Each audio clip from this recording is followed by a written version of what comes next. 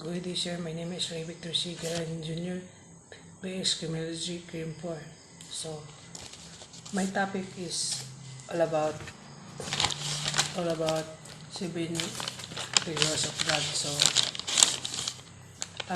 today I will discuss the 7 categories of drugs. First is herbal drugs, second over-the-counter drugs, and third prescription drugs, and fourth unrecognized drugs, and 5 illicit drugs, and 6 tobacco, and 7 is alcohol. So first is herbal drugs, a type of medicine that use fruits, stems, leaves, flowers, or seeds of plants to improve health, prevent disease, and treat illness.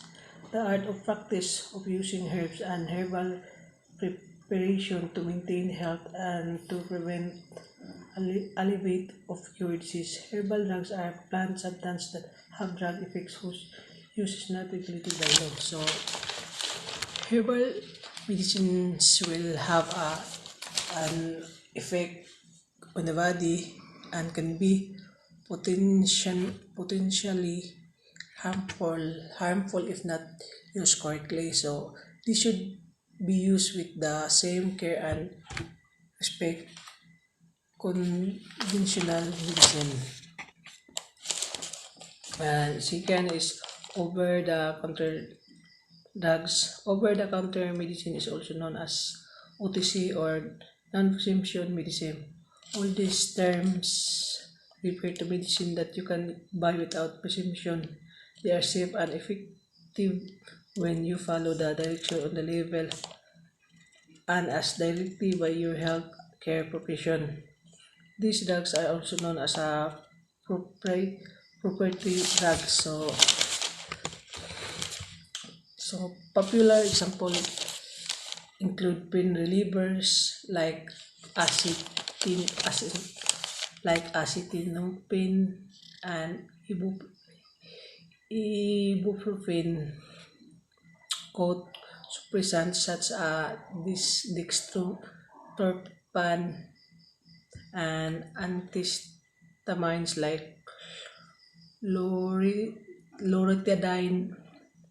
These drugs are usually located on shelves in pharmacies, grocery stores, and even gas stations. So, some toothpaste, some mouthwashes, some types of ice drops, wart removers, first aid creams, and ointment that contain antibiotics, and even dandruff shampoos are considered OTC.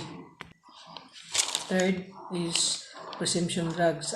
Prescription drugs, also prescription medication or prescription medicine, is a pharmaceutical drug that legally requires a medical prescription to be dispensed. A drug that can be obtained only by means of physician prescriptions. RX, usually framed as a RX, is used as an abbreviation of the word prescription, a contractive of the Latin word receipt, an imperative form of receiver, meaning take. Prescription drugs are often dispensed together with a monograph. In Europe, a patient information leaflet or pill that gives detailed information about the drug. So, prescription drugs are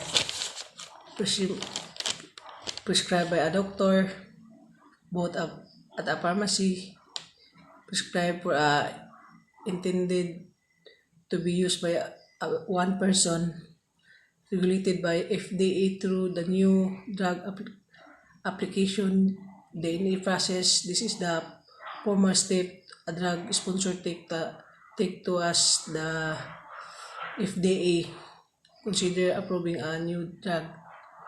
There are 3 kinds of prescription drugs. First, opioids used to relieve pain. Second, depressants used to relieve anxiety or help a person to sleep. And last is stimulants used to treating attention deficit hyperactivity disorder.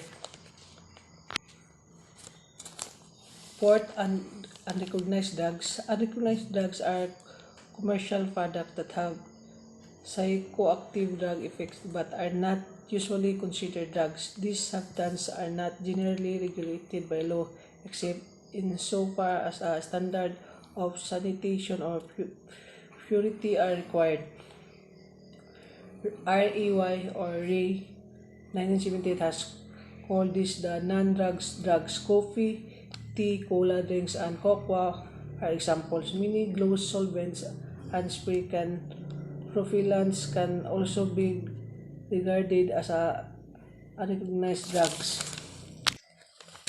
Fifth is illicit drugs. Illicit drugs refer to highly addictive and illegal substances such as heroin, marijuana, and meth. Illicit drugs are drugs whose sale, purchase, or use is generally prohibited by law. Criminal penalties usually apply to violators of this law. So, illicit drugs represent the largest volume of criminal cases that examined by forensic science laboratories. They can occur naturally as with marijuana or cocaine. They can be prepared from naturally occurring substances, such as the case with heroin, or they can be totally synthetic, as in the case with amphetamines and most other prescription drugs. Illicit drugs can also be classified by major effects. There are four major types of stimulants: depressants, narcotics, and hallo, hallucino, hallucinogens. So, number 6 is tobacco. Tobacco is a plant that contains nicotine, psychoactive, mind-altering drug that speeds up activity in our central nervous system but has relaxing effects too. Tobacco is available in many forms, including cigarettes, pipe tobacco, chewing tobacco, and snuff or snus, a powder that is snip or pat between the lower lip or cheek and gums. Nicotine also is available in non-tobacco products, including gum, patches, and other smoking cessation aids. Tobacco is not generally considered a drug, thus may be classified as a unrecognized drug. However, tobacco holds such a distinct position in terms of usage pattern, economic importance, and health consequence that it merits a category to itself. So, although nicotine is addictive, most of the severe health effects of tobacco use come from other chemicals. Tobacco smoking can lead to lung cancer, chronic bronchitis, and emphysema. It increases the risk of heart disease, which can lead to stroke or heart attack. Smoking has also been linked to other cancers: leukemia, cataracts or cataract, type 2 diabetes, and pneumonia.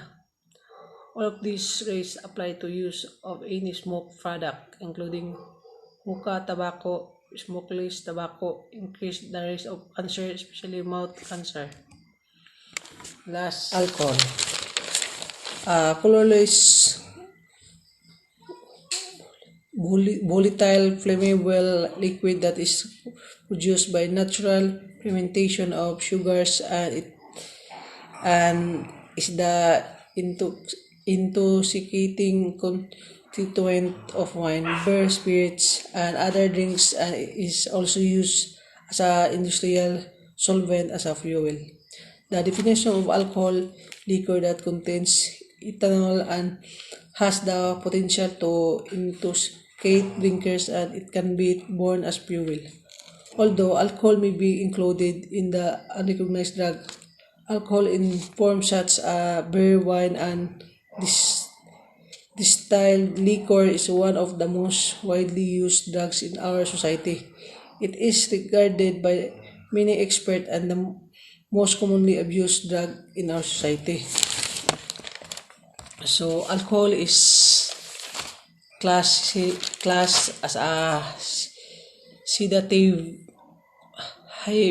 hypnotic drug, which means it acts to depress central nervous system. High doses as lower doses. Alcohol can act as a stimulant, including feelings of eu- euphoria and talkativeness, but drinking too much alcohol at one session can lead to drowsiness. Respiratory depression, where breathing becomes slow, shallow, or stop entirely, coma, or death. And that's all the 7 categories of drugs. So why a person or people use or take drugs even they know that it is illegal or bad to their health. For me, the most common reason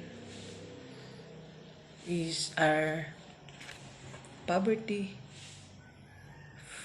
family problem, or broken family, and third is influenced by people or friends. So I will not explaining the 3 reason anymore because I know that all of you is have an idea. So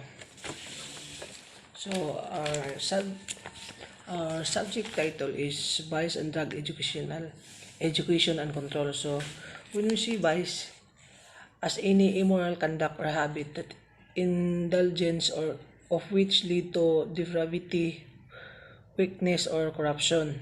And when we say drug education, it is a learning process that influences an individual emotionally, intellectually, psychologically, and social, and may result in the modification of attitude that influence behavior. So vice is sinful acts that degrade the integrity of individual, a form of character that individual cannot resist the temptation that is always present to lead corruption.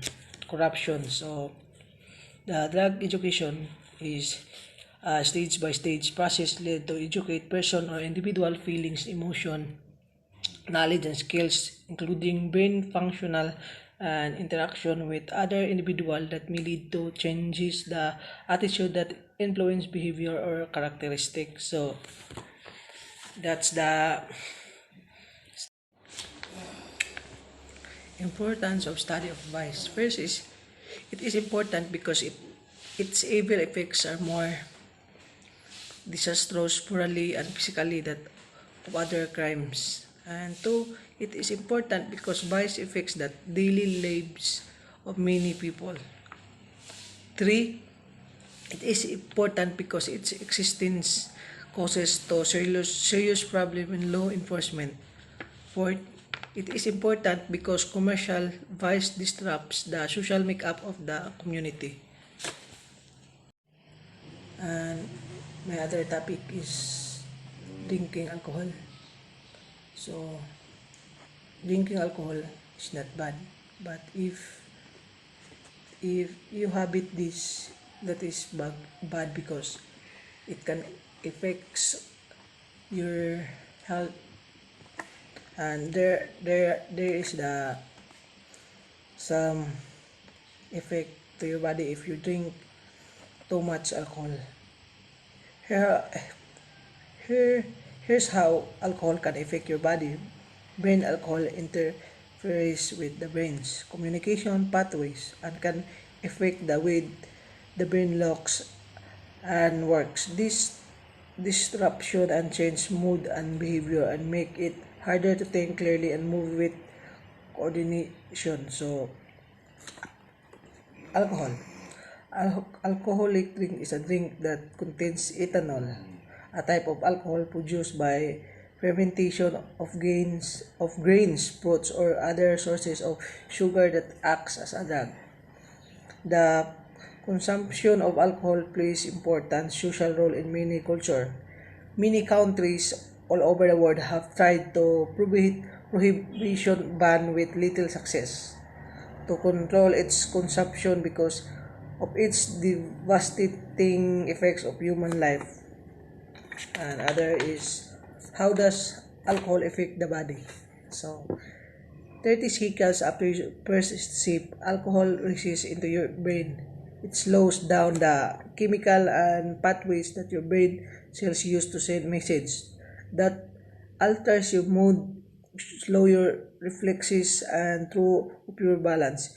You also can think straight, which you may not recall later because you'll struggle to store things in long-term memory.